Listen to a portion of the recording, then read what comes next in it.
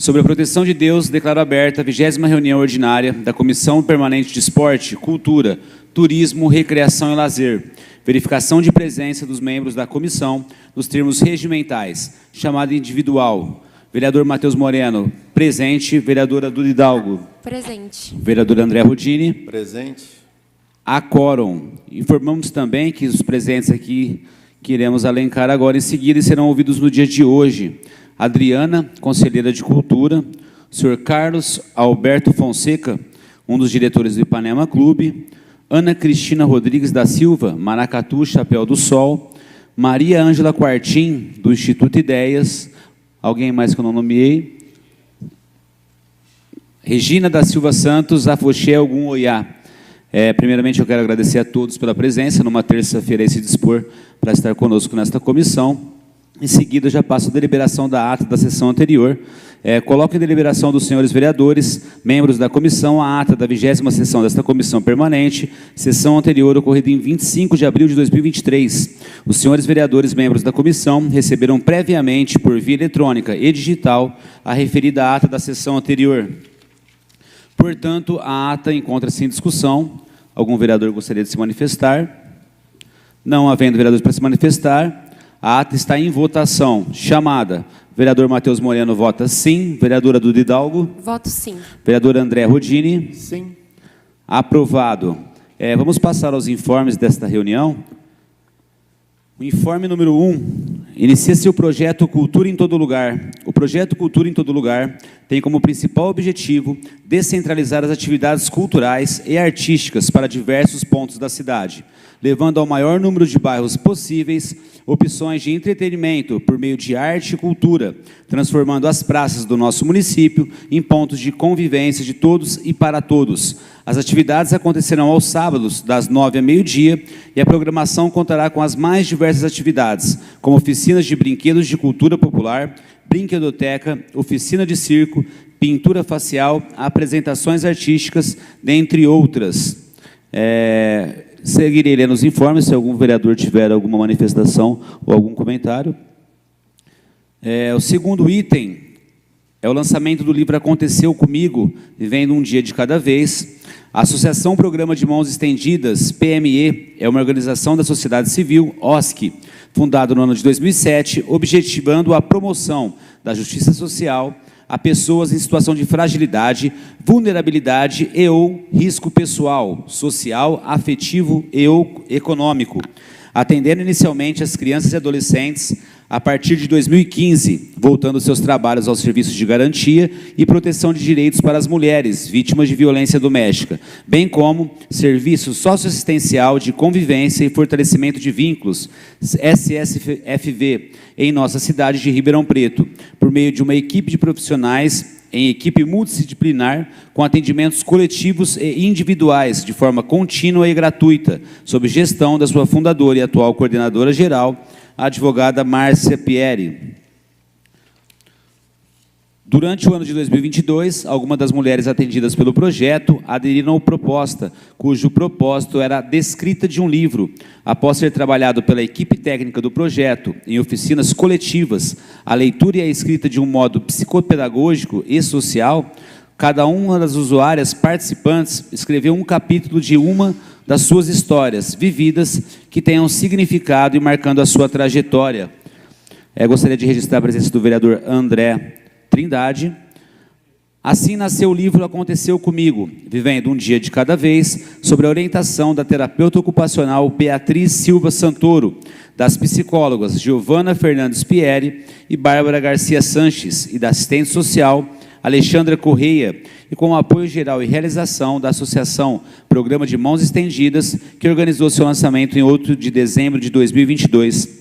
No começo do ano, o PME solicitou uma parceria com a Fundação Instituto do Livro para a impressão de novos exemplares do livro Aconteceu Comigo, Vivendo um Dia de Cada Vez, obtendo apoio positivo para isto, não só da Fundação, como da Secretaria de Cultura e Turismo da Prefeitura Municipal de Ribeirão Preto, cujo relançamento, as autoras e convidados, aconteceu no dia 11 de maio de 2023, em cerimônia realizada no Salão Rosa do Palácio Rio Branco. O item 3 a lei que reconhece as escolas de samba como manifestação da cultura nacional, lei número 14.567, de 4 de maio de 2023.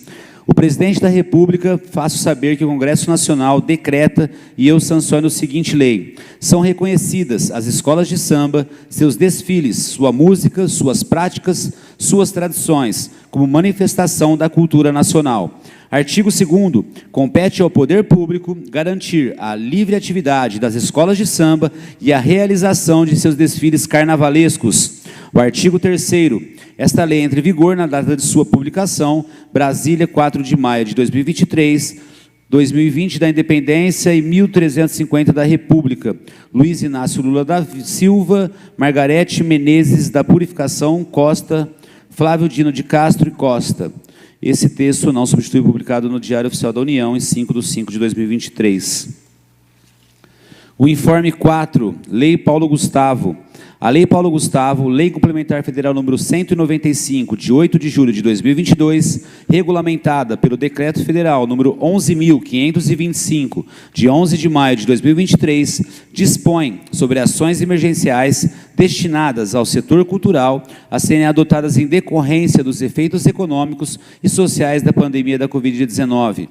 Um dos objetivos da Lei Paulo Gustavo é garantir formas de inclusão e democratização do acesso aos investimentos destinados pelo Ministério da Cultura para o setor cultural. Por isso, os projetos deverão oferecer condições de acessibilidade às pessoas com deficiência, medidas de democratização, desconcentração, descentralização e regionalização do investimento cultural e a implementação de ações afirmativas com mecanismos que estimulem a participação de mulheres, pessoas negras e indígenas, comunidades tradicionais, de terreiros e quilombas, populações nômades e povos ciganos, pessoas LGBTQIA+, pessoas com deficiência e outros grupos minorizados. Prevê um repasse de 3,862 bilhões aos estados, municípios e ao Distrito Federal. O Estado de São Paulo e os 645 municípios paulistas vão receber um total de 728 milhões e 700 mil reais da Lei Paulo Gustavo. Lei Complementar número 195 de 2022 para aplicação e projetos culturais. Ribeirão Preto terá exatamente R$ 5.235.246,10 para investir no setor. O secretário municipal da Cultura e do Turismo, Pedro Leão, informou que em Ribeirão Preto a distribuição dos recursos às diversas áreas e segmentos artísticos culturais será decidida após ampla discussão e debate do poder público com a sociedade civil de Ribeirão Preto, notadamente fazedores de cultura, empreendedores e agentes culturais. Algum vereador gostaria de se manifestar? Duda? Eu acredito que qualquer forma de distribuição de renda dentro da área cultural é fundamental. Fico muito feliz de o governo federal... Acho que tem algum microfone aberto. Fico muito feliz de o governo federal estar implementando essa política... Tem alguma interferência, eu acho. Bom, vou tentar falar de qualquer forma. Fico muito feliz de ver essa política pública sendo aplicada pelo governo federal. Inclusive, me voluntario a fazer ponte com o governo federal, com o Ministério da Cultura, o MINC, que agora ressurge, depois de anos sendo deixado de lado, né, tendo sido reduzido ao formato de secretaria, para que a gente possa dialogar também a respeito da Lei Paulo Gustavo.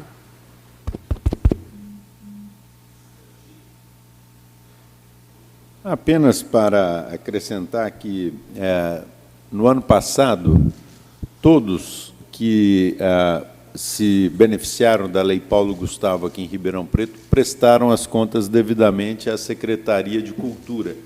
Então, não ficou artista que tenha recebido dinheiro público sem prestar a devida conta. Era só o que eu tinha para acrescentar. Espero que esse ano se repita a boa prestação de contas.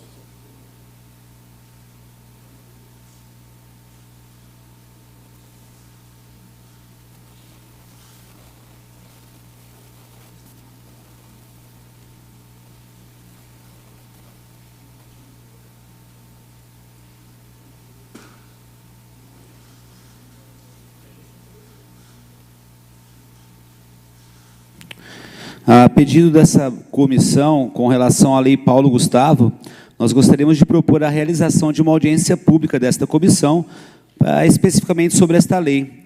A proposta está em discussão. Se alguém quiser manifestar, se ninguém quiser, eu já ponho em votação.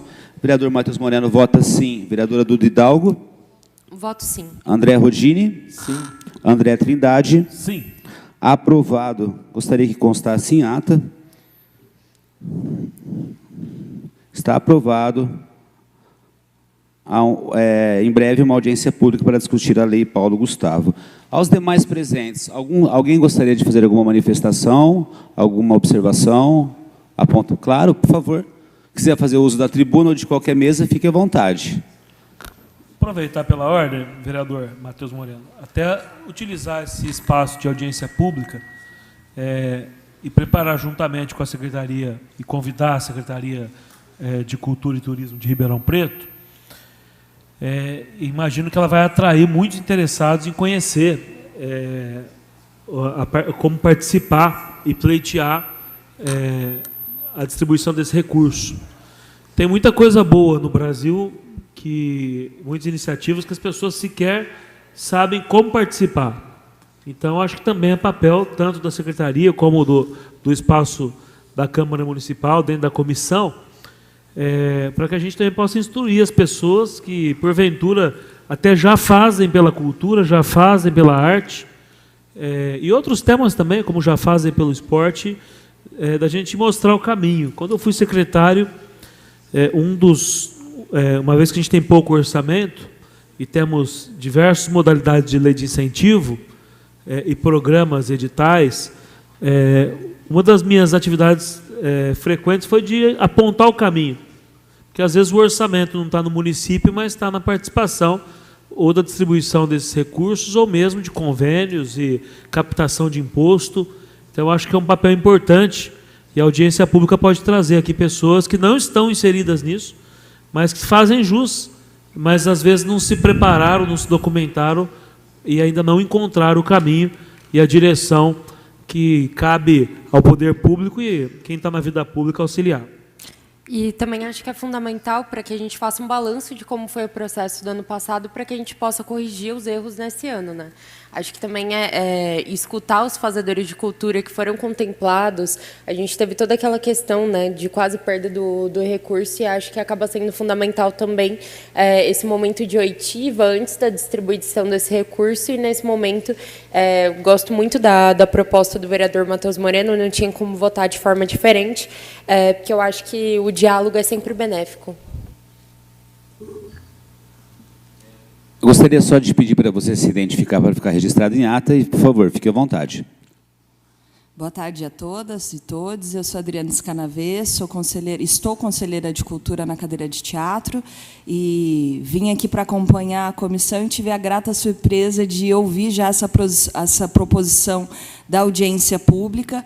É um passo super importante, fundamental na implementação da lei aqui em Ribeirão Preto. Junto com a Secretaria de Cultura, o Conselho já propôs 4 encontros de escuta junto com a sociedade civil. Um desses encontros foi agora dia 25, o outro é hoje, e os próximos serão no dia 30, no dia 1º e no dia 5. É importante ressaltar alguns detalhes dessa lei que diferem um pouco do que foi a lei Aldir Blanc no município. A Paulo Gustavo se trata de um recurso prioritariamente vindo do audiovisual, do fundo do audiovisual. Essa lei, 70% dela, dirige-se aos fazedores do setor do audiovisual. E, obviamente, não só eles serão contemplados nessa lei. Desse valor de 5 milhões que virá para Ribeirão Preto, 5.235.000, 1.500.000 é para outros setores para além do audiovisual. E aí eu acho super importante, dentro dessa comissão com a temática de hoje, que é a questão do carnaval, dizer que esta cultura tradicional da nossa cidade, essa manifestação, também é uma manifestação que precisa estar incluída na pauta da Paulo Gustavo para que ela possa ser beneficiada. Então, essas duas pautas se correlacionam. Já deixo aqui o convite para quem está aqui para falar do carnaval também participar da escuta que será feita hoje às 18 horas no Palácio do Rio Branco e também no dia 5. E reforço aqui a importância dessa audiência pública e dessa construção, que é uma lei emergencial, mas dita também a forma que a gente pensa política pública na nossa cidade. Então, parabéns para a comissão e o Conselho se coloca à disposição.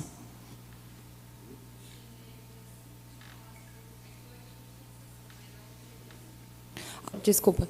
Era só uma pergunta quanto ao dia mesmo, a data do dia 5. A data dia 5 também é no Palácio do Rio Branco, às 18 horas. Perfeito, aí é uma segunda, né? Isso. Hoje, infelizmente, a gente tem sessão daqui da Câmara Municipal e todos nós, vereadores, vamos ter que estar presentes.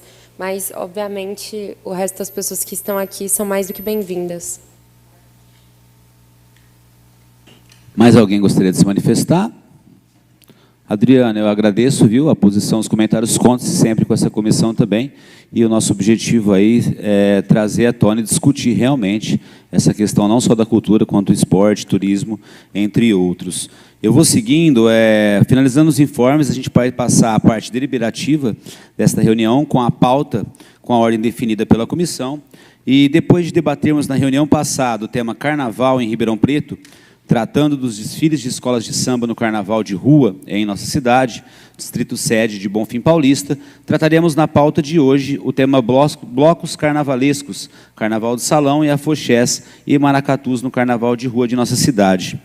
Eu tenho um breve resumo aqui, esse elaborado pelo meu assessor direto, Washington Barbosa, um dos grandes militantes do Carnaval aqui de Ribeirão Preto. A manifestação cultural e material de arte e cultura do Carnaval em nossa cidade, uma das mais importantes manifestações artístico-culturais, populares e comunitárias de Ribeirão Preto, segundo consta nos registros históricos, em especial realizado nos últimos 45 anos pelo pesquisador na qual acabo de citar, Washington Barbosa de Bessa Júnior, o meu assessor direto, inclusive atualmente em sua obra Carnaval, Festa do Povo, chegou a Ribeirão Preto no final do século XIX com o intrudo, vindo por influência de Portugal, seguido do Carnaval de Salão e a estreia dos cursos embarcados, século XVIII, desfiles de carros alegóricos produzidos por empresas locais, estimulados pelo empresário francês François Cassolet, radicado a partir de 1896 em nossa cidade. É considerado o pai do Carnaval de Ribeirão Preto, a partir das empresas de sua propriedade ou administração, Café Concerto, Paris Teatre, Cassino Eldorado Paulista, Cassino Antártica, Teatro Carlos Gomes, Cine Rio Branco e Teatrol Politeama. Também vieram promovidos pela população mais humilde e trabalhadora os cordões carnavalescos na região da Baixada, onde estava a estação ferroviária da Companhia Mogiana de Estrada de Ferro. Cassolet falece em 1919. Gostaria de deixar registrado também a presença do vereador Sérgio Zerbinato. Seguindo, em dado momento, no início do século XX, por volta de 1903, organizado por Cassolet, cursos embarcados e cordões carnavalescos passam em seus desfiles a rumar para o centro da cidade, mais especificamente a Praça 15 de Novembro, com a apoteose dos desfiles na esplanada, ali existente, e de depois faceou o novo Teatro Pedro II, trazendo nos dias carnavalescos um grande movimento à nossa pacata cidade, de então, em torno de 20 mil habitantes, obrigando o poder público a organizar e oficializar o evento de Carnaval de Rua, somando-se ao Carnaval de Salão, tanto nos clubes da elite local, como a Sociedade Recreativa de Esportes, que surge em 1906, situado então na esquina da rua Duque de Caxias com o Barão do Amazonas, hoje sede do MARP, e Clube dos Trabalhadores como Palestra Itália, e clubes mais humildes como a UGT e o Clube José do Patrocínio, entre outros. Um fato interessante é que esses clubes constituíam grupo de embaixadores que se visitavam mutuamente, sendo bem recebidos por outros clubes visitados, promovendo uma perfeita integração entre eles. A Corte Real de Momo passa a realizar este papel mais adiante. No limiar entre os anos 80 e 90, blocos carnavalescos estreiam no Carnaval de Rua. Tivemos também os blocos das Piranhas na Avenida 9 de Julho, que fez muito sucesso também, este lembrado aqui antes da reunião, pelo vereador André Rodino, mas que não é da minha época, mas foi muito bem lembrado, e lembrado aqui pelo nosso assessor. O Carnaval fora de época, com a micareta, Carnabeirão, o Carnagay e outras expressões culturais aconteceram, inclusive o Carnaval Popular na Cava do Bosque e na Passarela do Samba por vários anos. O Carnaval no Caverna, porão do Teatro Pedro II, estão então funcionando como cinema. Por muito tempo, desde os tempos áureos de Cassoulet, o Carnaval de Salão sempre foi relevante e atrativo carnavalesco, artístico, cultural e de recreação e lazer. Com suas fantasias, confetes, serpentina e bisnagas, José Wilson Toni foi um dos grandes incentivadores deste carnaval. Com o declínio do carnaval de rua a partir de 2013 e 2014, alguns blocos comunitários ganharam projeção: o Berro, Alegrões, Blocos da Vila e os Marcianos em Bonfim Paulista, entre outros. Mas uma série de questões levaram esse movimento a perder espaço no carnaval da cidade, assim como os carnavais de salão foram aos poucos definhando. Igualmente, sobraram algumas iniciativas carnavalescas de cunho mais comercial, como o Bloco Califórnia, entre outros. Há tempos, o Afoxé Omó Urumilá lutou por um espaço de preservação da cultura negra no carnaval de rua, marcando a abertura do evento e fez valer essa luta conquistada. Houve outro, o Afoxé Ogum Oiá, somando neste sentido, e mais recentemente os maracatus, como os navegantes, o Chapéu do Sol, entre outros. Mas o carnaval em geral, o carnaval de rua, em especial em nossa cidade, perdeu seu espaço e é patrimônio cultural e material que precisa ser resgatado antes que definitivamente desapareça, pois ainda que só tenham ocorrido algumas iniciativas esparsas, a brasa deste braseiro ainda estão acesas e acreditar-se que é possível o resgate. Então, obrigado, Washington, por esse texto, e desde já agradecendo a presença dos convidados, eu peço aos presentes que anotem eventuais indagações que queiram fazer aos nossos convidados, tanto os vereadores como o público presente, para que possam ouvi-los, trazê-los aos mesmos, e pedimos aos convidados que, dentro do possível, serem objetivos no uso do tempo e das suas manifestações. E lembramos que se encontra presente, justificando a ausência da secretária adjunta Gislaine, da Secretaria de Cultura, que infelizmente não pôde estar conosco, mas também o secretário justificou a ausência pessoalmente. Eu gostaria que os presentes focassem as manifestações nas razões que levaram o nosso carnaval a esta situação. Então, o objetivo é ouvir de vocês, com a experiência, com a vivência, com a bagagem, o que de fato levou aí tantas coisas do nosso carnaval a vir se definhando. Inicialmente, eu passo a palavra na ordem descrita pela minha assessora.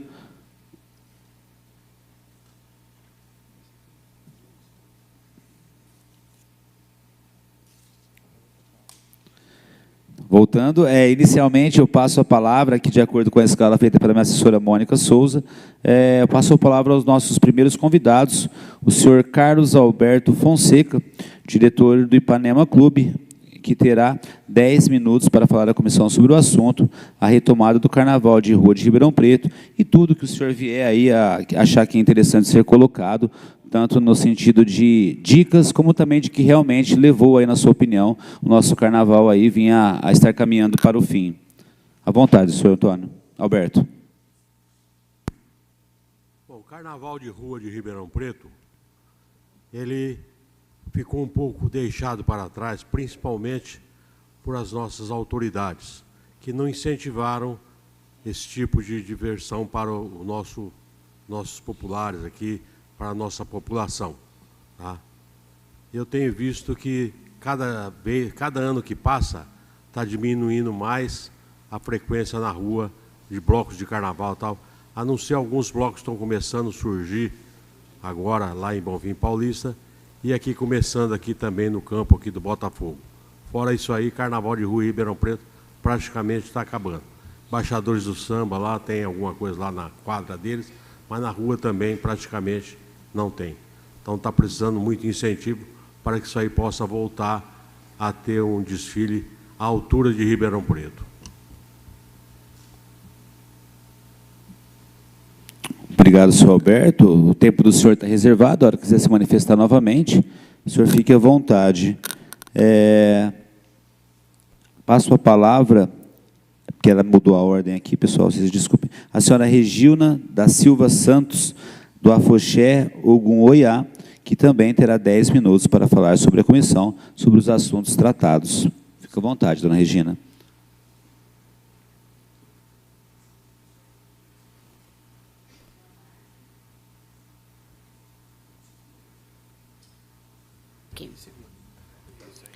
Boa tarde a todos. O Centro Cultural Ogum Oiá teve 2 participações, né, no Carnaval de Rua. E logo em seguida teve essa paralisação, e que eu concordo aqui, né, com o diretor, que o governo realmente não apoiou esse carnaval, e logo em seguida também veio a pandemia, que também não ajudou, mas inclusive as manifestações, até mesmo nos seus,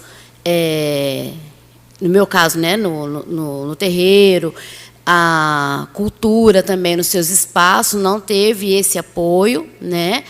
E eu acredito até mesmo que hoje aqui essa reunião está faltando bastante pessoas, bastante representantes da cultura, inclusive do carnaval.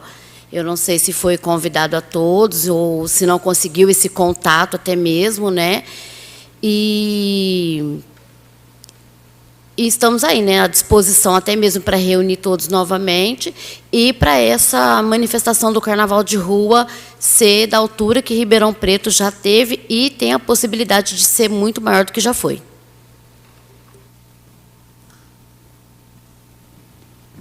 Obrigado, dona Regina. Estou tendo que comer doce porque a minha diabetes anda muito baixa, estou tendo que dar uma controlada nela, ficando velho. Só para deixar claro, a nossa assessora, foram convidados aqui o senhor Carlos Alberto Fonseca, diretor do Ipanema Clube, o senhor Fernando Braga, Bloco da Vila, o senhor Alexandre Pérez, Bloco Os Felizões, Ex-Alegrões, o senhor Tiago Machado Lobo, amigo conhecido, o famoso Panela, do Bloco Califórnia, Ana Maria Favareto, do Bloco Os Marcianos, a senhora Renata Oliveira Fochel Mauro Milá, a senhora Regina da Silva Santos, o Fochel Oiá, a senhora Ana Cristina Rodrigues da Silva, Maracatu, Chapéu do Sol. Todos nos confirmaram presença, de acordo com a minha assessoria. Infelizmente, deve ter acontecido algum imprevisto. O único que justificou para a gente foi o secretário de Cultura, Pedro Leão, com a Gislaine. Mas foi feito um trabalho de campo aí, né, Mônica? Maciço para a gente tentar resgatar e achar o máximo todas as pessoas que pudessem estar hoje aqui opinando e conversando a respeito. Presidente, lembrar que, aos que estão presentes hoje, que no nosso último encontro, tivemos uma presença maciça, acho que foi separado por serem grandes as variações das representatividades, né? Teve uma presença maciça do pessoal do carnaval em si, né? As escolas de samba todas quase estiveram aqui no último encontro dessa comissão, quando a gente começou a abordar esse tema. Acho que hoje está tratando mais especificamente dos blocos e do carnaval de salão, né, que também sofre com as consequências desses novos tempos. Presidente, me permite. Os maiores problemas dos blocos de rua que eu vejo como participante, né, como folião, às vezes, a falta de estrutura que a Transerp poderia dar bloqueando ruas, né? Então, às vezes, vamos falar assim do antigo Alegrões, do Foliões, sai pelo Jardim Irajá e as ruas não estão fechadas. Quando isso acontece, às vezes você tem o pequeno incômodo de ter que passar um carro no meio do bloco, porque ele está em direção a algum lugar. E a outra dificuldade que nós temos é a questão dos banheiros químicos, né? Porque ou o folião utiliza o banheiro de um bar, desses que estão estabelecidos na rua, ou ele vai se utilizar da árvore, ou do poste, ou de uma cabaninha que a gente faz, né? Uma cabaninha aí para... Então, isso é um problema sério. Aí, sempre a pergunta cai sobre quem paga a conta do banheiro. Aí, puxando a conta do banheiro, tem uma outra conta que tem que ser paga, que é a da ambulância. Então, um evento com mais de 500 pessoas, ele exige que tenha uma ambulância, né? Quem vai pagar? E a ambulância custa caro. Então, quem vai pagar o banheiro? Quem vai pagar a ambulância? Então, eu acho que nós deveríamos estar discutindo as soluções estruturais, presidente, para que os blocos possam sair à rua. E o problema dos clubes é um problema da nossa modernidade. Eu queria que o Washington depois me explicasse o que é os clubes de elite que faziam carnaval, porque todos os clubes faziam carnaval de elite, sem ser de elite, né? Eu mesmo frequentava o Clube dos Pretos. Não pode falar, não sei se pode falar, hoje é o GT, mas se chamava Clube dos Pretos, certo, Washington? Então, esse não era necessariamente um clube de elite, né? Então, a gente precisa começar a tratar o problema na origem dele, não nas novas terminações, né? Nos novos vocabulários. Então, o que nós precisamos? Estrutura. Quem pode fornecer estrutura? Poder público ou patrocinador? O que a prefeitura pode fazer? Facilitar a vida das pessoas que vão empreender esse tipo de carnaval. Nós tivemos, em algumas ocasiões, problema de pequenos vendedores de bebidas não poderem atuar por conta de que o bar, não sei o quê, não quer que o ambulante atue. E isso é um erro, porque o público que toma uma latinha na rua, ele é diferente daquele público que toma cerveja no bar sentado e come uma porção, e são coisas totalmente diferentes. E você, quando permite que o pequeno ambulante venda, você circula a microeconomia local, ele ofere dinheiro, ele ganha dinheiro e tudo mais.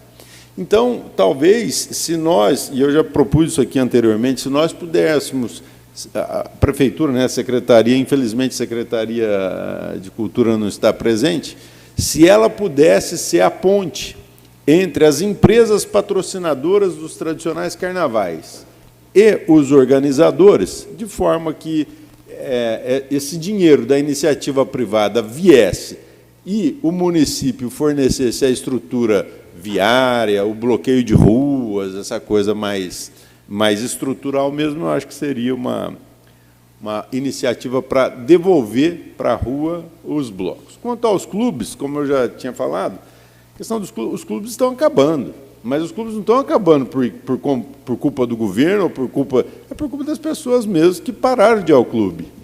Por que para de ir ao clube? Porque a pessoa melhora de vida um pouquinho, ela compra um imóvel num condomínio. O condomínio tem piscina, o condomínio tem churrasqueira, o condomínio tem quadra de futebol, e a pessoa não vai no clube, porque o clube oferecia isso antigamente. A gente não tinha condomínios, praticamente tinha 2 ou 3 condomínios em Ribeirão, então a gente ia para um clube, porque lá tinha as estruturas, né? A gente paquerava, fazia tudo no clube. Isso aí acabou. A boate não tem mais, a Sunshine não tem, meu caro Washington. Acabou. Então, onde é que você faz? Você faz festinha, você faz no condomínio, no bar, né? Então, essa estrutura, ela tem... Por exemplo, o que tem no Palestra? Por exemplo? No Palestra tinha os bailinhos, e ainda tem bailinho da terceira idade. Da terceira idade.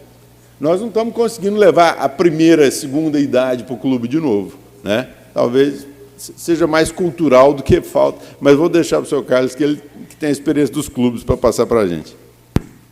O clube já vinha tendo um pouco de declínio por causa disso aí.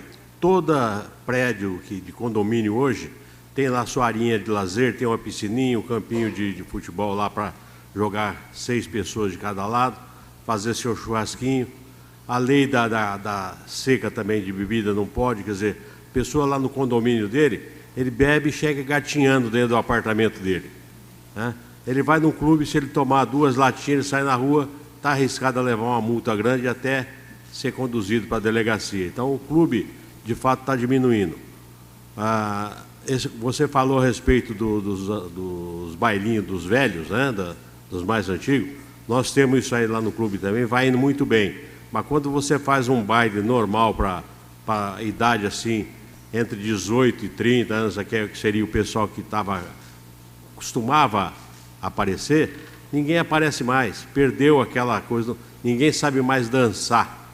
Então, quando vai para pular, para fazer bagunça. Então, isso aí não está interessando mais. Você vê no Carnaval. Carnaval já vinha declinando. Quando chegou agora com o Covid, aí acabou. Não existe mais Carnaval. Esse ano mesmo, que foi o primeiro ano depois do Covid que nós fizemos o nosso Carnaval lá, tivemos uma pouquíssima gente. Nós costumávamos ter lá durante o Carnaval uma média de 5, 6 mil pessoas. Esse ano se teve 800 pessoas, foi muito. Quer dizer, e não pudemos fazer à noite, fizemos somente de dia. Então, de fato, o Carnaval, se não tiver um incentivo bom, logo, logo aqui no interior vai acabar. Só queria comentar uma coisa. Eu achei muito interessante a parte da sua fala, Rodine, que é a respeito da infraestrutura mínima do carnaval. Eu pude ir no Carnagay. Você consegue desligar seu microfone, que ele está dando interferência? Por que a luz dele está acesa? Será que... agora desligou. O Carnagay. Eu pude ir no Carnagay nesse ano e o Fabinho entrou em contato comigo uma semana antes, o Fábio de Jesus, que é um dos organizadores, e ele tinha falado, né, que eles tinham conseguido amplo apoio da prefeitura em inúmeras áreas para a estrutura do evento, mas que a prefeitura não poderia ceder à ambulância. Seria até interessante que tivesse mesmo alguém da secretaria, mas eu acho que a gente pode consultar o Pedro Leão ou quem quer que seja dentro da secretaria posteriormente, porque eu acho que não se tratava de um óbice, assim, de não temos estrutura enquanto prefeitura, mas talvez até mesmo um óbice, assim, da área da saúde mesmo, de dispor de uma das ambulâncias, qual seria essa ambulância e como justificar a contratação de uma outra ambulância para estar dentro daquele evento. Então, ela teve que ser contratada de forma privada e o restante do evento conseguiu, assim, ter a ajuda da prefeitura.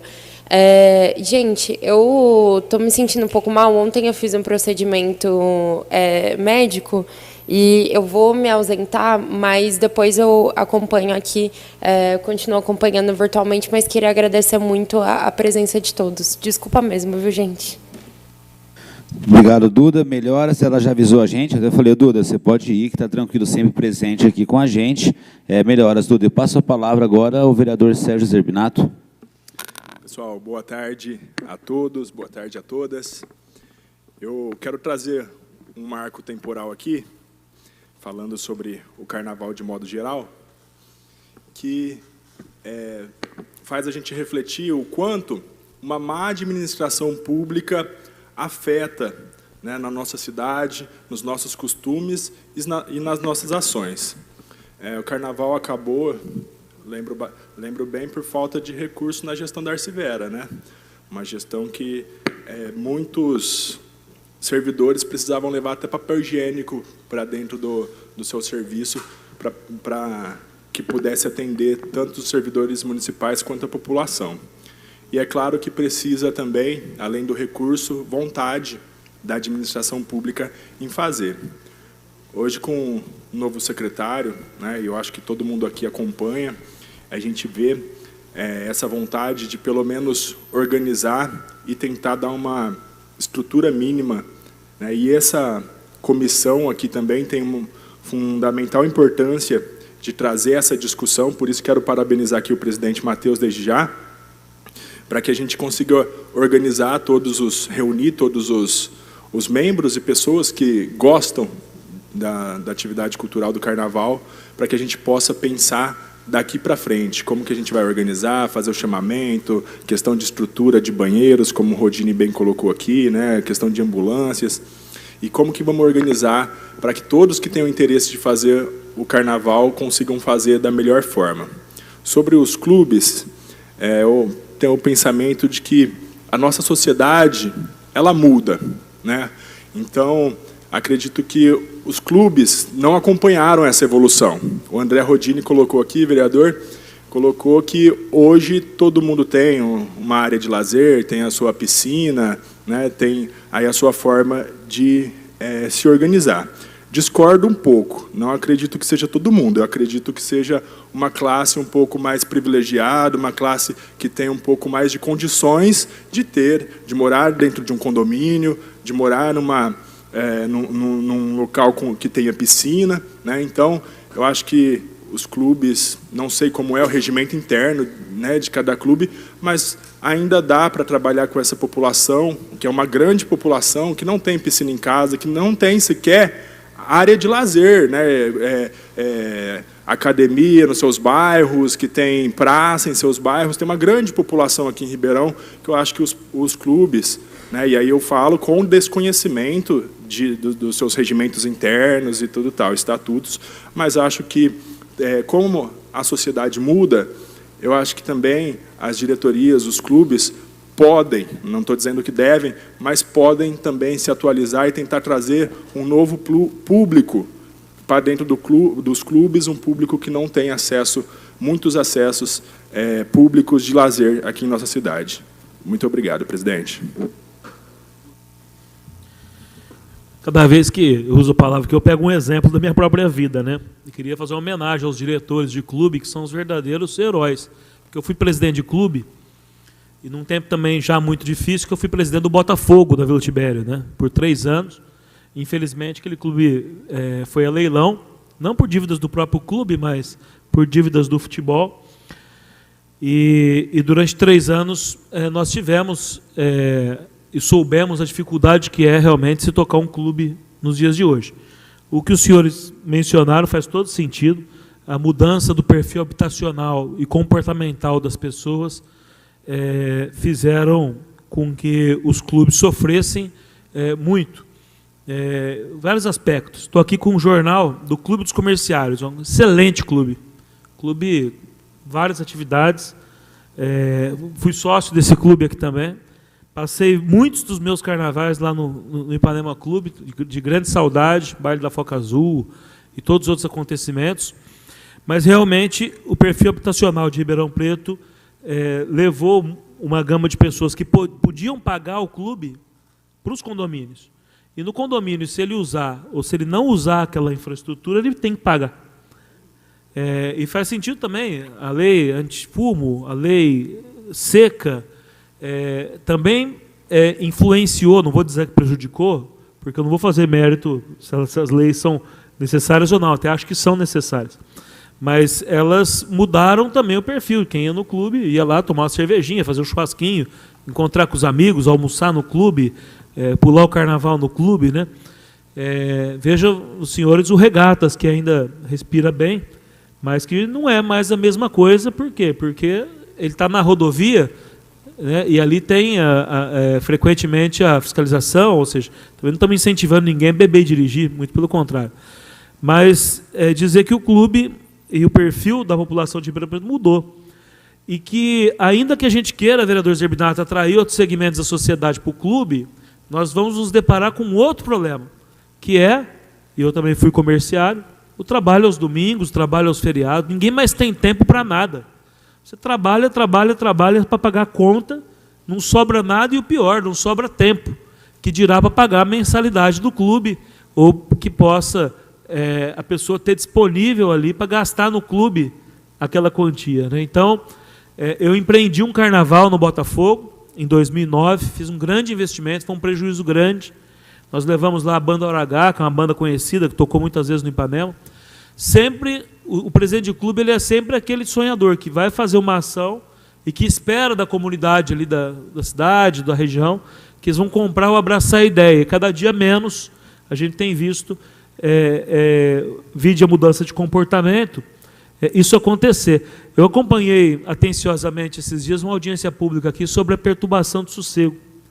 E aí eu, de casa, assisti inteirinha a audiência e me recordei da minha juventude, já maior de idade, com 18 anos.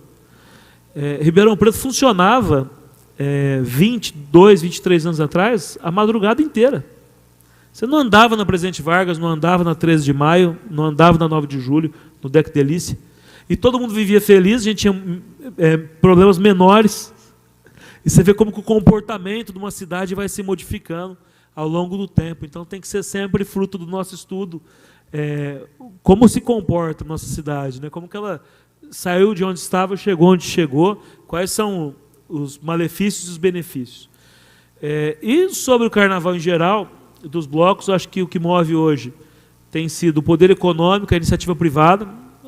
Os blocos apoiados são aqueles que têm o patrocínio de uma grande cervejaria, né, que traz alegria para muitos, traz transtornos para outros, porque a ordenação disso, numa cidade que não tem um local específico, que não tem uma infraestrutura como já teve o Parque Permanente de Exposições, né, que não tem um local adequado para os desfiles de carnaval. Ela acaba gerando dificuldades para aqueles mais originários, E aí estão os afoxés, aí estão os blocos tradicionalistas e aquilo que restou das escolas de samba.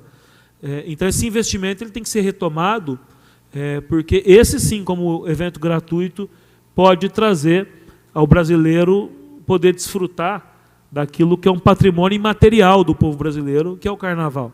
Então, hoje, o que ocorre? Eu tenho hoje bar e restaurante, e o carnaval é um fracasso. Por quê? Porque o perfil também das pessoas mudou. O pessoal hoje viaja todo mundo para a praia.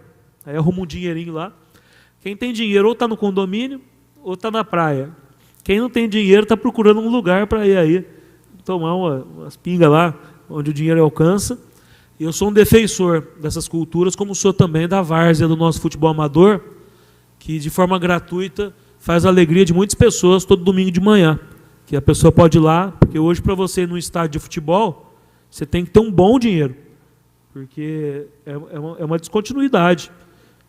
Eu vou hoje no Quintino, no Simeone, no Salgado Filho, ver jogo, e eu vejo o senhor com aquela camisa do Botafogo ganhada de alguém, e a pessoa não vai no estádio faz 20 anos. Por quê? Porque ficou inacessível. Como o cinema ficou inacessível, como o circo ficou inacessível, economicamente, para quem vai pagar lá o ingresso.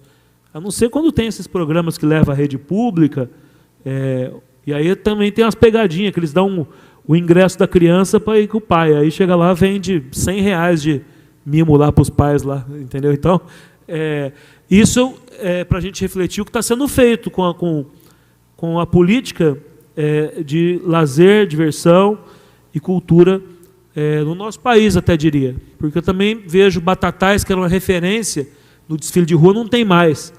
O Carnaval de República de Sertãozinho, que era uma referência que eu participei, também não tem mais. Então, de não ter mais e não ter mais, a gente trabalha mais e diverte menos, né? Então, essa era a minha observação, mas a minha homenagem ao Ipanema Clube e a todos os seus diretores lá, em nome de todos os diretores de todos os clubes, pois todos estão passando dificuldade.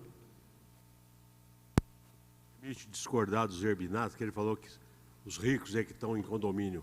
Graças a Deus não são só os ricos. O pessoal desses predinhos, todos esses predinhos foram construídos, MRV, essas coisas, todos eles têm seu cantinho lá de lazer, com a sua piscininha, seu lugarzinho para fazer o churrasco.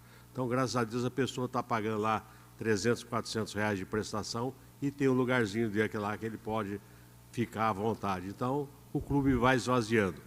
O clube dos comerciários vive muito por causa que é obrigatório pagar. E o Regatas é um clube de campo que, graças a Deus, está muito bem, porque é um clube de campo, então é diferente de um clube aqui da cidade. Mas, graças a Deus, lá no Ipanema, nós estamos ainda passando por dificuldade por causa da pandemia, mas devagarinho está recuperando. Eu vou fazer apenas uma observação, né? Tenho 39 anos, mas o meu pai e meus tios foram mestres no Palestra. E me recordo, André Odini, não fui lá nesse bloco que você falou, mas fui muito no Palestra, 8, 9, 10 anos, até os meus 10, se não me engano, até meus 12. Inclusive, eu tenho uma foto lá, pulando carnaval com 12 anos, algumas lembranças que eu tenho do meu pai, das poucas.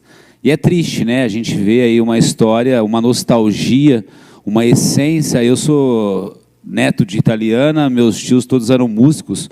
Meu tio tinha Asa Branca, instrumentos musicais aqui na rodoviária, estou com o Gonzaguinha. A gente cresceu no meio musical, principalmente ligação com a família do meu pai, muito ligado aí a essas raízes, né? Essas tradições. Então, nosso objetivo aqui, deixei bem claro para o Washington, quando teve a iniciativa de trazer essa tona do carnaval, que não só venha, que nós não venhamos só e falemos sobre o carnaval, mas que criamos ações, mecanismos, para que realmente comece a se ter uma concepção e uma gestação de algo realmente efetivo que possa resgatar com a sua proporcionalidade, né, de acordo com o mundo que a gente vive, o resgate histórico, tradicional e lindo demais, que é o Carnaval de Rua, não só de Ribeirão Preto, como do nosso país como um todo. Eu gostaria também agora de chamar a senhora Ana Cristina Rodrigues da Silva, do Maracatu, Chapéu do Sol, que também terá 10 minutos para falar sobre a comissão, sobre o Carnaval de Rua. Eu só vou pedir ao vereador Sérgio Zerbinato, se o senhor puder assumir a presidência, só preciso assinar uma documentação aqui na secretaria e já retorno. Fique à vontade, dona Ana Cristina. Boa tarde. Em relação ao Maracatu Chapéu de Sol, ele realmente é bem ligado ao carnaval, né? Ele nasce dentro dos Alegrões, né? E participa dos carnavais de Ribeirão a partir de 2009. Está ouvindo? Acho que não, né? E desde 2009 a gente vem saindo nos carnavais de Ribeirão. Você falou da Silvéria, mas eu lembro muito bem que, quando na gestão dela, eu fui a muitas reuniões e existia um edital para o carnaval. E por uns 2, 3 anos, nós fomos contemplados por esse edital e foi maravilhoso, porque pagava os custos dos nossos arrastões no carnaval, né? Após isso, a gente se depara com muita burocracia e com uma lei onde obriga a gente a ter banheiros químicos, obriga a gente a ter seguranças, ambulância, e isso aí dificultou muito a nossa saída, né? Então, assim, o que a gente espera mesmo é essa ajuda, né, de custos mesmo, assim, porque senão fica realmente impossível. A gente faz o trabalho e a gente paga para a população ver esse trabalho. Não é coerente isso, né? E daí eu espero mesmo assim que tenha um posicionamento bem legal em relação a isso, porque a vontade nossa de continuar saindo na rua é imensa, né?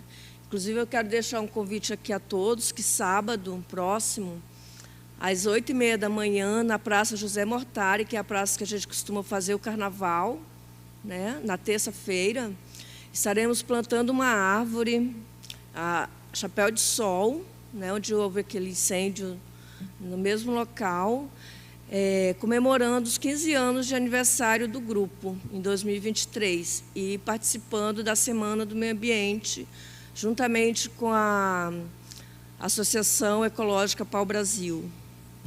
É isso. Obrigada.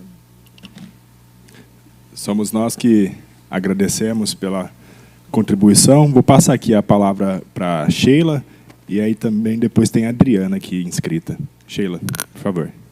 Boa tarde a todos. Estou representando a assessoria do vereador Ramon Faustino e vim fazer a minha contribuição enquanto munícipe e carnavalesca, que fui e sou ainda, né?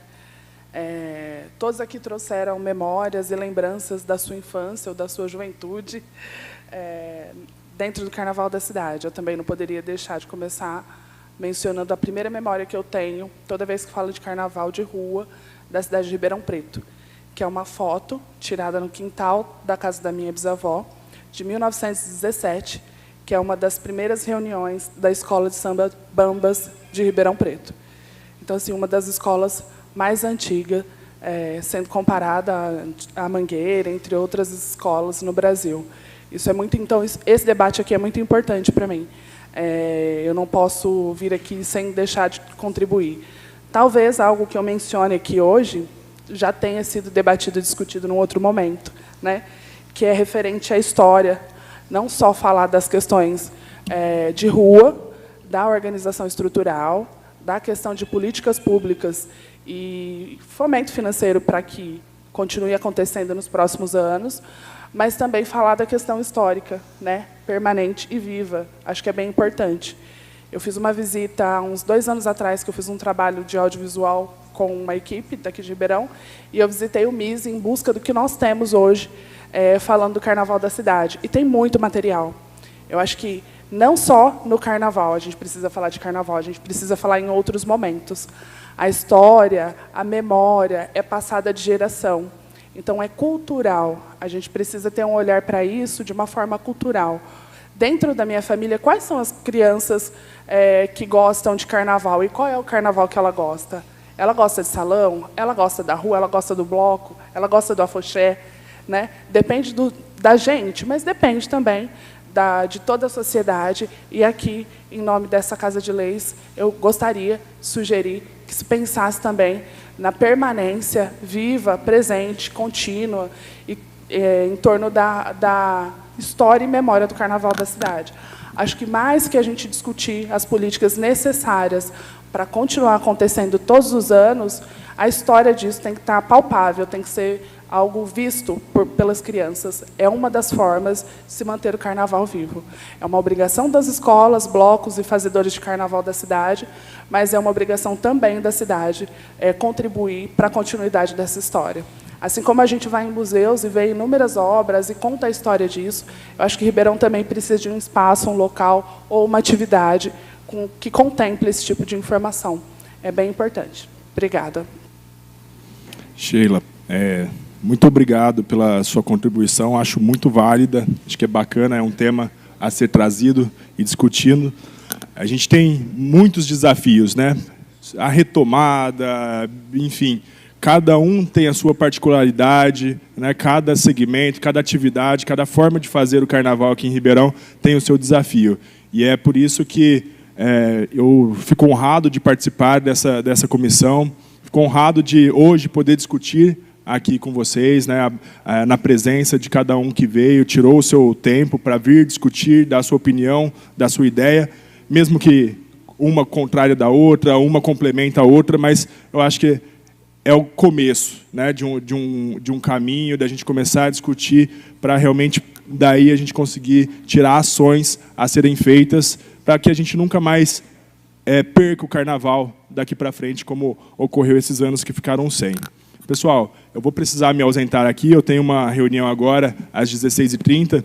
É um prazer enorme conhecer os que eu ainda não conhecia aqui. Depois eu vou entrar em contato também, pegar redes sociais para a gente ir aproximando. Estou à disposição também aqui, junto com o presidente Matheus Moreno. Tá? Vou deixar aqui, vou passar a presidência novamente para eles e desejo uma boa tarde a todos e todas.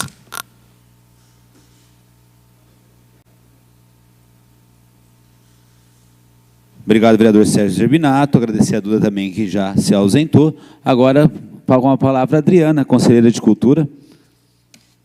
Fazer considerações em relação a algumas falas que eu ouvi que eu acho que são importantes a gente pensar. Primeiro, parabenizar a fala da Sheila, que eu acho que foi fundamental nessa discussão.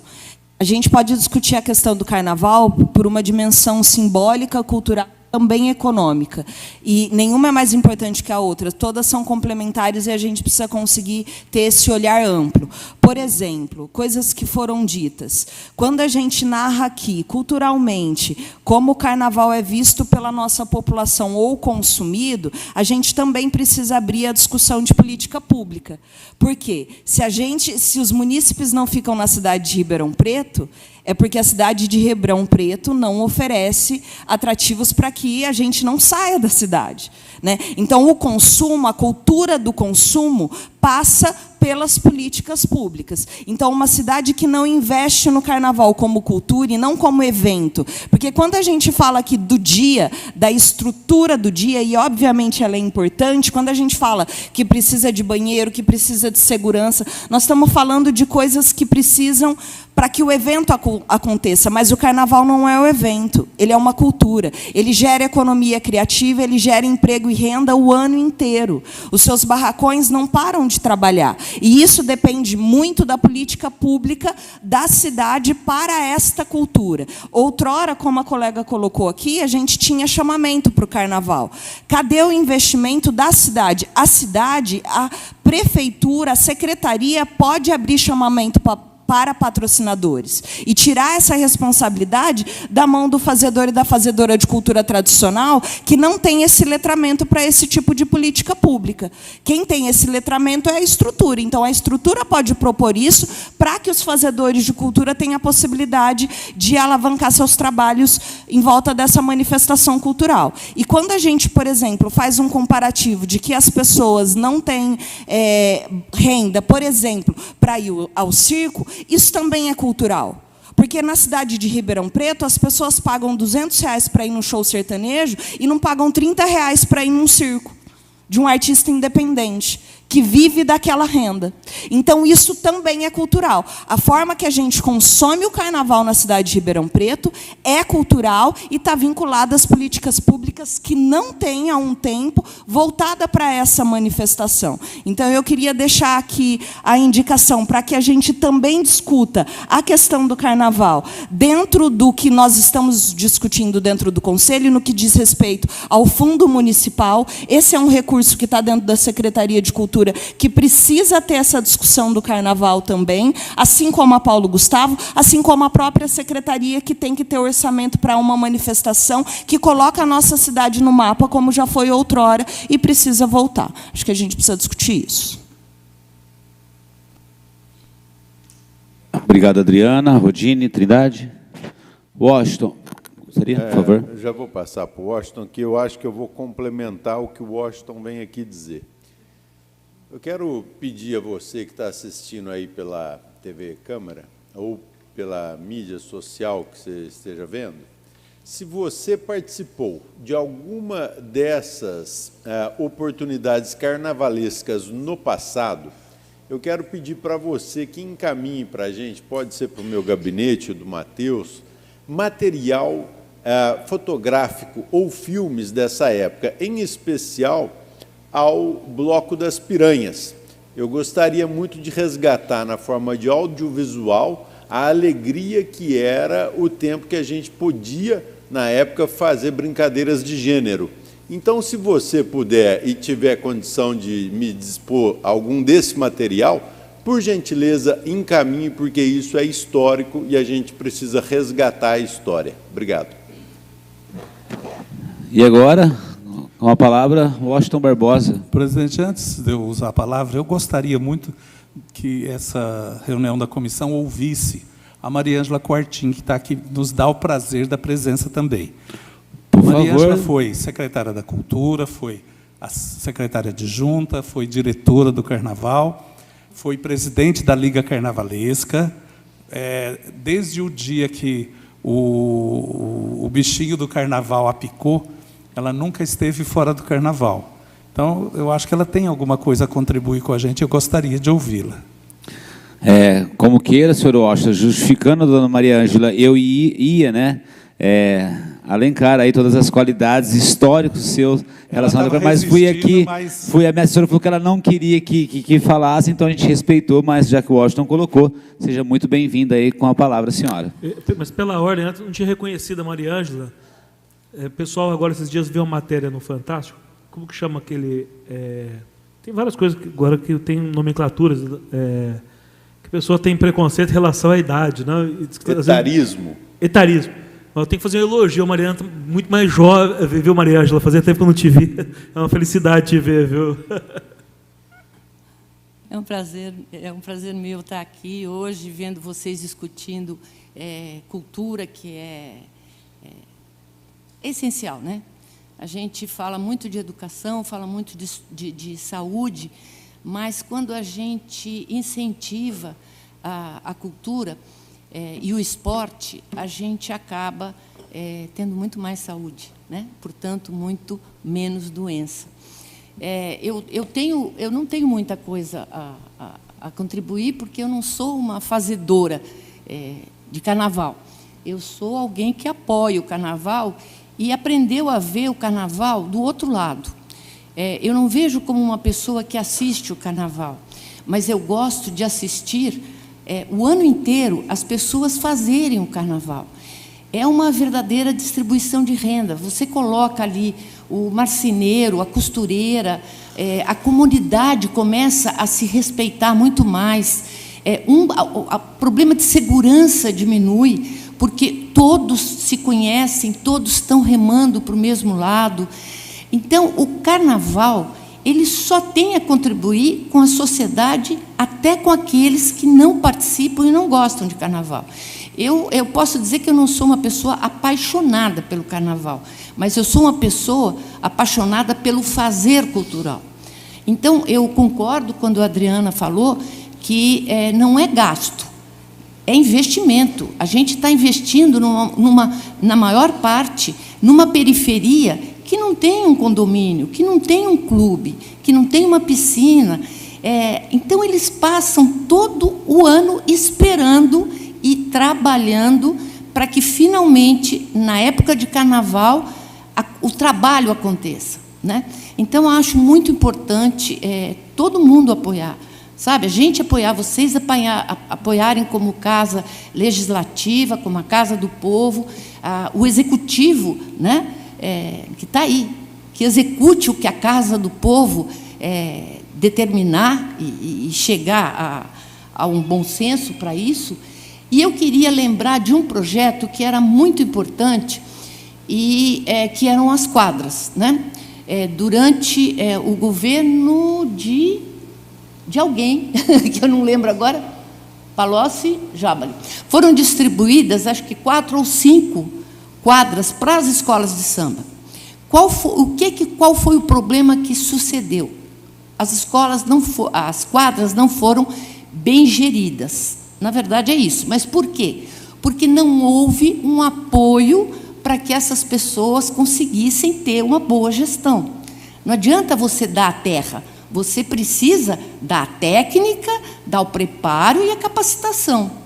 Então, é um sonho que eu tenho, sabe, que já não é um sonho de jovem, mas é o sonho de uma mulher madura, que viu muita gente sair da rua por conta de uma escola de samba.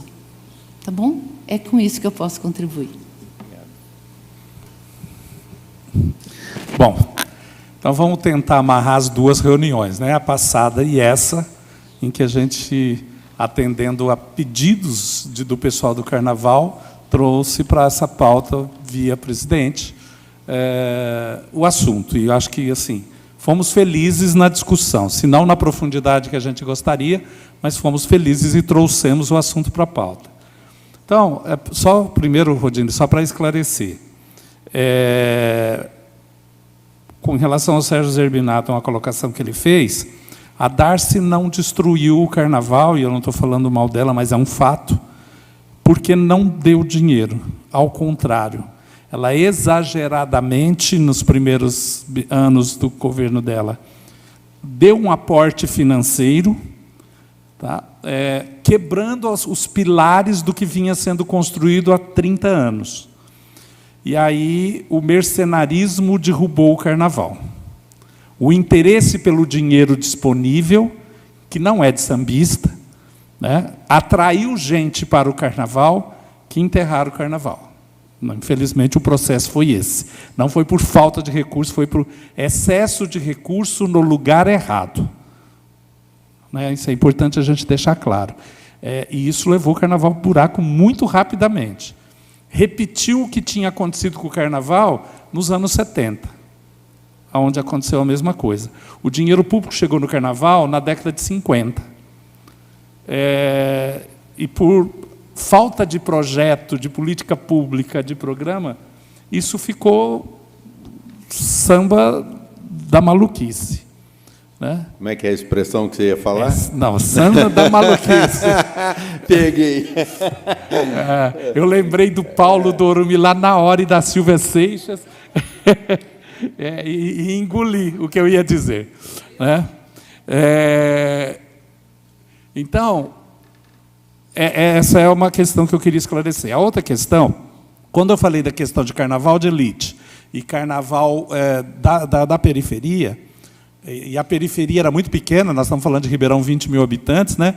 Esse é o carnaval que o Caçulé construiu ou estimulou na cidade. Pessoalmente, ele interferiu no carnaval da elite. Sociedade Recreativa de Esporte e os cassinos que ele administrava, porque ele tinha também um interesse econômico, além do mais. Mas a periferia de nossa cidade, os trabalhadores de nossa cidade, na época trabalhadores mesmo, operários ou gente rural, né, principalmente, também faziam seu carnaval na Baixada. E a UGT era a base disso. Né? Depois veio palestra, Ipanema, regatas, um outro momento do carnaval. Mas realmente é isso. E essa estrutura que o Caçulé criou, ela veio até o dia que o carnaval entrou em declínio em 2013. Isso, inclusive, no carnaval, nos últimos carnavais. A elite de Ribeirão Preto ia para o salão, ponto. Ou ia para São Paulo, ou ia para o Rio de Janeiro, ou ia para sua fazenda. A classe média de Ribeirão Preto se dividia. Uma parte só ia para o salão, a outra parte ia assistir o carnaval de rua, depois ia para o salão. E o pessoal mais humilde ia para a avenida e, quando era possível, ficava no carnaval da avenida ou da Cava do Bosque, porque não tinha dinheiro para o carnaval de salão, que a cada ano começou a ficar mais caro por conta dos custos, né? E isso acabou fazendo o que nós estamos discutindo hoje aqui, que é o declínio do carnaval de rua, do carnaval de salão e tudo o mais que envolve o carnaval. Então, isso é uma coisa que é importante a gente entender. Nós tivemos muita dificuldade, e eu quis que a Maria Ângela falasse, porque o Francisco Pagano, secretário da Cultura, e a Maria Ângela fizeram um esforço excomunal para tentar quebrar isso. Conseguiram dar alguns passos, mas com muita dificuldade. E foi interessante, foi uma experiência muito interessante, porque o pessoal da elite, que tinha uma visão de carnaval e carnavalescos, sambistas, completamente estereotipada e deturpada, quando foram levados dentro das escolas de samba, foram apavorados, literalmente apavorados. E depois estava difícil de arrancar eles lá de dentro, porque aí, a partir do dia seguinte, eles estavam lá todos os dias, né? Assisti, vou citar 2 nomes aqui, porque isso foi público. Assisti um debate, um embate e uma tomada de cerveja. Eu não tomo cerveja, mas sentava à mesa para assistir. Do Francisco Pagano, que faz parte de uma elite econômica de nossa cidade, não tem nenhuma vergonha nisso, trabalhou por isso, a família trabalhou por isso, com o Itamar, que é um operário, hoje aposentado, esteve aqui conosco na última reunião. Os dois sentavam e tinham diálogos maravilhosos sobre cultura. Sobre cultura. E foram, assim, passagens muito interessantes que eu vivenciei no carnaval. Então, é importante que a gente veja isso. Então, quando eu falo de carnaval de rua, eu estou falando de 3 coisas. Eu estou falando do público que assiste, e Ribeirão Preto tem muito mais história de grande público que assiste do que de grande público que desfila. As pessoas se dispunham e faziam questão de estar presentes no carnaval, com exceção de uma única questão que nós tivemos no ano de 93, se não me engano. Nunca o carnaval deixou de ter grande público. Com arquibancada, sem arquibancada, com a barriga na corda, com a barriga, nunca deixou de ter. Teve alguma dificuldade de trazer gente para desfilar do lado de dentro. Então, é o segundo público, o público que desfila e produz o carnaval. E o terceiro é o poder público presente e qual é o papel dele na política pública para o carnaval. São 3 coisas muito importantes do carnaval, de rua. Então, quando eu falo de público, eu falo de conforto, segurança, serviços, que é preciso oferecer para esse público. E foi isso que foi trabalhado no Carnaval do Futuro. Foi um projeto implantado em 85, junto com a criação da Secretaria, e que foi até 2013. Quando eu falo de quem está desfilando, e eu falo de escola de samba, por isso que a gente separou os 2 encontros, o espetáculo Escola de Samba é um espetáculo que tem uma carga de tradição e história, aliado à arte e cultura, extremamente rigoroso e extremamente profundo. Tudo que vai dentro de uma escola de samba não vai porque alguém quer, vai porque a história obrigou que estivesse lá. E tanto que os regulamentos de escola de samba em Ribeirão Preto têm isso escrito em decretos, é quase uma coisa maluca. É realmente uma coisa maluca. Para eles é rotina. Mas quando a gente, principalmente as pessoas que são leigos no assunto, leem, falam, isso aqui é uma coisa de doido. Mas é assim que funciona. Aqui no Rio de Janeiro, em São Paulo, e em algum lugar que tenha efetivamente escola de samba. Né? E aquele espetáculo que é apresentado 1, 2 vezes, em algumas cidades 4 vezes, no Carnaval, ela é só o ponto final, o produto de um ano de trabalho, de produção comunitária, voluntária. E quando o carnaval cresce, também de um grupo de pessoas que tem profissionalmente a sua participação no carnaval, gerando emprego e renda. Né? Então, isso é importante a gente ter isso com clareza. Quando eu falo do outro lado, então, isso é arte e cultura pura. É patrimônio imaterial puro. Quando eu falo do outro lado do carnaval de Ribeirão Preto, então nós temos o carnaval de salão.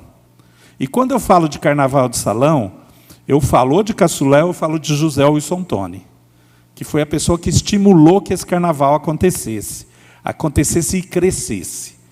E aí eu falo tanto de recreativa, regatas, Ipanema, palestra, como eu falo de Botafogo, como eu falo de UGT, como eu falo de Dante, como eu falo de Socorros Mútuos, enfim, e outros lugares que eu devo ter esquecido.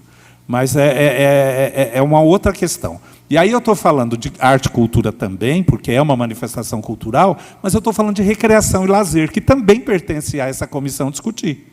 Né? E é uma das recreações e lazer que mais atraem o brasileiro. Né?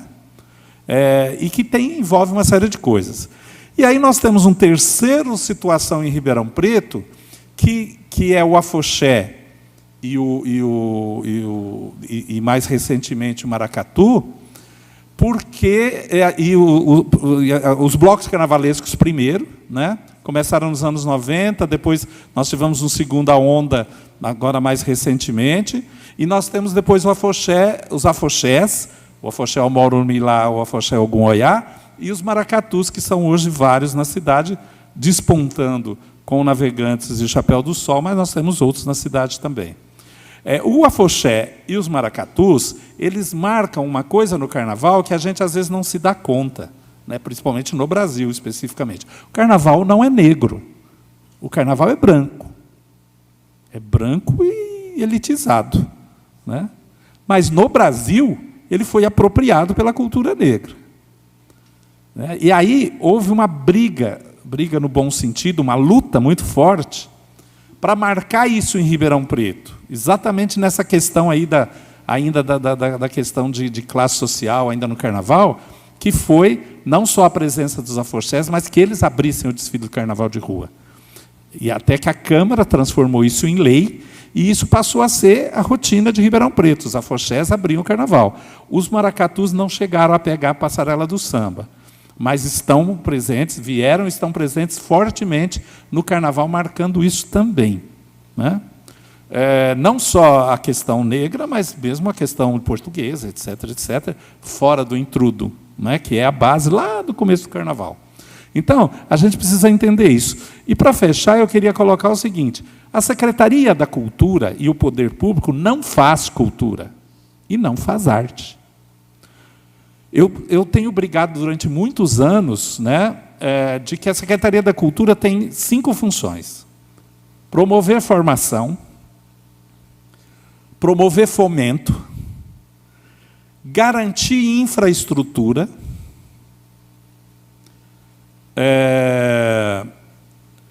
a preservação, salvaguarda, administração e preservação do patrimônio público material e imaterial, né?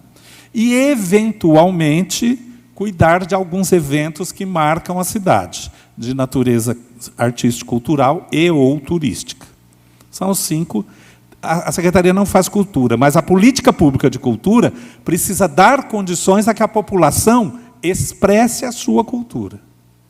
E aí foi o grande problema que ficou claro para a gente nas 2 reuniões.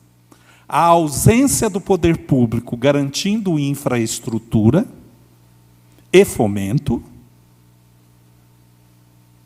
fez o carnaval se perder e declinar em todas as suas frentes.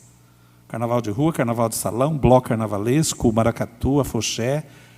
O afoxé, o maracatu e algumas escolas de samba e alguns blocos têm resistido. Por isso que a gente fala que tem uma brasa acesa nesse braseiro. têm desfilado sozinhos, tem sido criada uma série de problemas burocráticos. Eu já assisti, infelizmente, a Polícia Militar entrar com um procedimento junto ao Ministério Público para impedir a população de se manifestar no Carnaval, alegando insegurança, mas não garantindo a segurança que lhe cabe. Eu já assisti esse procedimento, infelizmente, tive que entrar e entrar nessa briga e ganhar a briga junto com o promotor de que a população é a prioridade, é a essência. O poder público é o acessório, e não o inverso.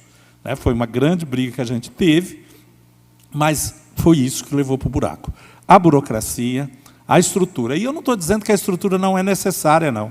Você colocou isso muito bem colocado na sua fala.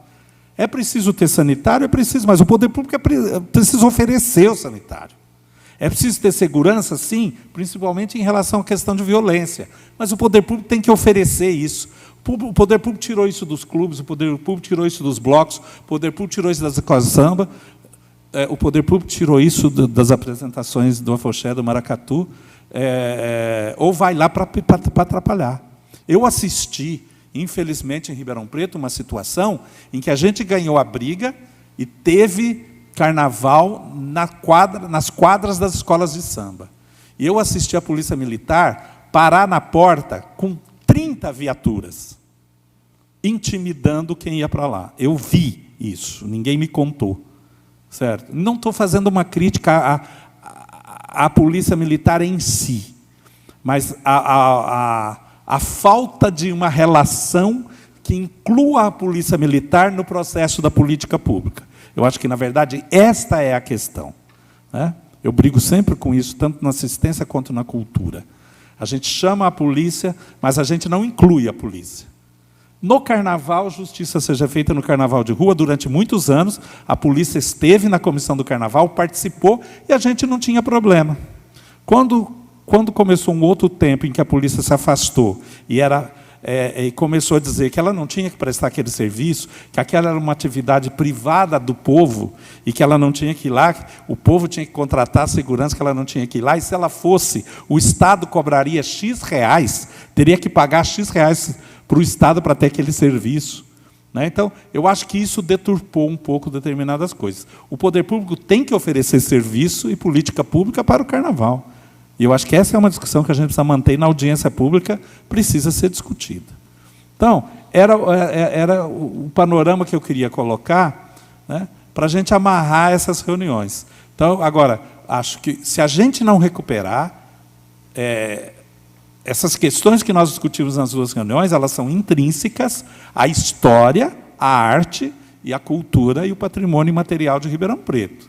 Se a gente simplesmente terminar essa reunião e esquecer do assunto, nós vamos assistir o sepultamento desse patrimônio imaterial, como nós assistimos tantos outros sepultamentos de patrimônio imaterial e material em nossa cidade. Que eu digo o Palácio Etnec, o Teatro Carlos Gomes, Solar Vila Lobos e tudo aquilo que a gente já discutiu em outras reuniões aqui, quando discutiu o patrimônio histórico e cultural da cidade. Então, na reunião das escolas de samba, a gente fechou com a possibilidade de que fosse proposto, me parece que o presidente vai propor isso, uma audiência pública, e que a gente fizesse um projeto de retomada do Carnaval, devagarinho, com calma, com o pé no chão, mas que a gente efetivamente se comprometesse numa audiência pública com um projeto de retomada do Carnaval. Eu acho que este é o caminho que sai dessa reunião também, a não ser que outros discordem disso. Pela ordem, presidente. É a primeira vez que eu ouço você com um discurso liberal. Adorei. Quanto menos Estado, e foi isso que você falou, e mais iniciativa do cidadão comum, melhor. Você nos relatou um caso que a Darcy Vera injetou muito dinheiro, a Darcy Vera, vamos dizer, o Estado, a Prefeitura, injetou dinheiro, o Estado entrou na brincadeira, o que aconteceu na sequência? Quebrou o que já vinha sendo construído, como você disse agora. Devagarzinho, devagarzinho, a gente vai construindo. Então, nós somos muito a favor disso. Quando a gente quer que as coisas aconteçam, a gente deve permitir que a iniciativa privada faça isso. que o seu grupo faça, que o grupo dela faça, que o grupo da outra faça, que o clube faça. Tem que permitir as pessoas fazerem. Porque a função do Estado não é impedir, e hoje o que nós estamos vendo é impede, isso não pode, isso não pode. Polícia é segurança. Cultura anda junto com a educação, então segurança e educação e saúde é obrigação do Estado. O resto não é. O Estado não tem que ter empresa, o Estado não tem que ter a Coderp, o Estado não tem que ter a Transerp, que são empresas. Mas já que tem a estrutura, o Estado deve não criar obstáculos, quando eu falo Estado é município, não criar obstáculos para que o Carnaval aconteça, para que as pessoas possam trabalhar, não impedir o vendedor de cerveja ambulante de trabalhar, não impedir que as pessoas vendam fantasias ou máscaras durante o evento. Esse comércio, essa produção anterior desse material ocupa, como disse a Maria Ângela aqui, as pessoas e as tiram de uma criminalidade. Você melhora a situação de segurança e tudo mais. Então, Washington, dentro disso, eu sou totalmente seu parceiro, conta comigo. Eu acho que nós temos que preservar as imagens, não sei se elas estão todas no MIS, onde estão essas imagens do Carnaval de Ribeirão Preto, o que nós pudermos resgatar, aproveitar, agora que nós estamos falando da Lei Paulo Gustavo, que é audiovisual, como disse a Adriana aqui, essa lei do audiovisual, resgatar isso em memória de filmes e trazer isso e compor, quem sabe nós permitamos aí que as empresas de vídeos, de filmes de Ribeirão Preto, possam se beneficiar aí da Lei Paulo Gustavo, se beneficiar de uma... como é que chama? Edital, para produzir esse material. E nós não só usarmos esse material para a memória, mas também para estímulo das próximas gerações que vêm por aí. É essa a minha contribuição. Fazer divulgação. Divulgar, isso. Material. Circula gratuitamente nas redes sociais, mas precisa ter um bom material. Obrigado. Obrigado, vereador André Rodini. Mais alguém gostaria de se manifestar? Conforme proposto na nossa reunião anterior, bem dito pelo Washington Barbosa, a ideia é realizar uma audiência pública em breve pela comissão para discutir o Carnaval de Ribeirão com a população. Vou pôr a proposta em discussão, se alguém quiser discutir ou se manifestar. Não havendo alguém para se manifestar, vereador Matheus Moreno vota sim, vereador André Rodini? Sim. Vereador André Trindade? Sim. Aprovado. Eu indago se mais alguém gostaria de fazer alguma manifestação. Estamos caminhando para o final. Só eu, porque eu falei que eu fui presidente de clube, né, Washington, esqueci de dizer que eu fui dirigente de bloco, coloquei o bloco na avenida em 2008, um desfile maravilhoso, e também sou compositor do próprio samba enredo, que cantou os 90 anos do Botafogo na Avenida Mestre Oscarzinho. Washington, a gente só sabe que nada sabe, mas não sei como é possível, poderia criar aí uma ideia, um projeto, comentei com o André Rodini aqui, de se criar um museu do Carnaval de Ribeirão Preto. Não sei como que funciona, com tantos prédios que existem em Ribeirão Preto, aí algum fomento, qual é o caminho que poderia ser feito? Existe essa possibilidade? A possibilidade sempre existe, mas como em Ribeirão, se você criar um museu, depois ele vai ficar como o Museu do Café, o museu, por falta de investimento, fica abandonado, talvez o que a gente possa pensar é, no Museu da Ordem Geral, uma seção sobre o Carnaval. Eu acho que você vincula isso, e a função do Museu de Ordem Geral seria essa, né? O MIS também, né? Nós já e temos no MIS também. Nós já temos o MIS. Criar mais um museu é despender um dinheiro que poderia ser utilizado para o fomento do próprio Carnaval.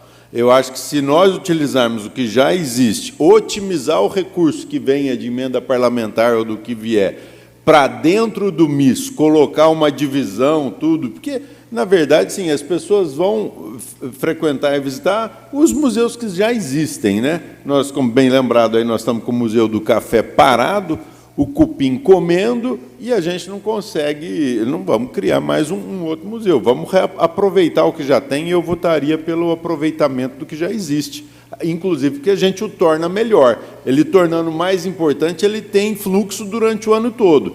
Durante a época do Carnaval, que as pessoas estão mais animadas, as escolas leva os seus estudantes lá para ver o negócio do carnaval. Legal, acabou o negócio do carnaval. Agora a semana do rádio, aí depois da televisão e assim por diante. Eu acho que você consegue otimizar o recurso. É importante a gente saber, de um determinado momento do carnaval para cá, anos 90, até o restinho dos anos 80, mas anos 90, nós temos um registro muito forte audiovisual do carnaval. Anterior, isso está perdido, por isso foi interessante o que vocês dois falaram sobre o resgate. Existe, logicamente, muito menos volume, né? Mas existe, e é importante que a gente resgate isso antes que se perca também de vez, né? Porque os sambistas nós já perdemos, né? Hoje está aí o Nascimento, está aí o Itamar. Acho que da velha guarda só os dois que sobraram. O Alberto, né? O maluco do Alberto também está por aí. E nós temos uma segunda geração que ainda está aí para a gente, que fez uma ponte entre essa geração e a geração atual, para a gente amarrar. É outra coisa que, se a gente não fizer, a gente vai perder. Agora, com a Lei Aldir Blanc, nós fizemos, o Instituto Ideias, que a Mariângela está representando aqui, fez uma gravação com os sambistas da velha guarda. Fez uma gravação da velha guarda e da média guarda, vamos dizer assim, que está nas redes sociais já. Mas foi mero depoimento. Mariângela que produziu, inclusive. Mero depoimento. Mas esse material é muito rico e acho que vale a pena trabalhar no museu. Mas não criar um museu. Ribeirão não teria volume para isso. Mas acho que uma sessão num dos nossos museus, com certeza. Justamente eu iniciei a frase, né, falando que só sei que nada sei, né? Então, justamente essa colocação minha trouxe à tona qual o caminho que pode ser feito para se fomentar, como a Sheila falou, uma área específica aí que traga sempre a mostra a cultura do Carnaval de Ribeirão. No projeto de resgate do Carnaval, passo a passo, das propostas pode ser essa. Perfeito. Mais alguém para se manifestar? Não havendo mais quem queira se manifestar em nenhuma matéria de deliberar, novamente eu agradeço a presença dos nossos convidados, vereadores, membros da comissão e da comunidade, presentes e que nos assistem na TV Câmara e redes sociais. E a nossa próxima reunião a gente vai tratar das áreas de recreação e lazer, trazendo também a discussão as importantes manifestações e demandas da população com direito à cidadania. Nada mais a discutir e deliberar. Declaro encerrada a 21ª reunião desta comissão. Muito obrigado a todos pela presença. Tenham todos um bom retorno. Fiquem com Deus. Falou,